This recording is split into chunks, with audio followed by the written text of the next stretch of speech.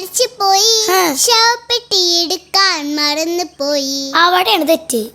മേനോൻ മരിച്ചുപോയി, ശവപ്പെട്ടി എടുക്കാൻ മറന്നുപോയി.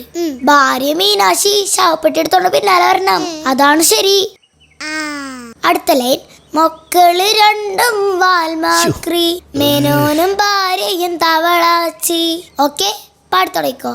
കുട്ടികൾ രണ്ടും വാൽമാക്രി, മേനോനും ഭാര്യയും തവളാച്ചി. അത് തന്നെ, വാൽമാക്രി ആയപ്പോഴാണ് പാട്ട് ശരിയായത്. ഇനി ആദ്യം തൊട്ട് പാടാം. മേനോൻ മരിച്ചു. അയ്യോ അപ്പ, നിങ്ങളോട് ഞാൻ എന്തിട്ടാ പറഞ്ഞേ? പഠിക്കാൻ. എന്നിട്ട് ഇതാണോ പഠിപ്പ്?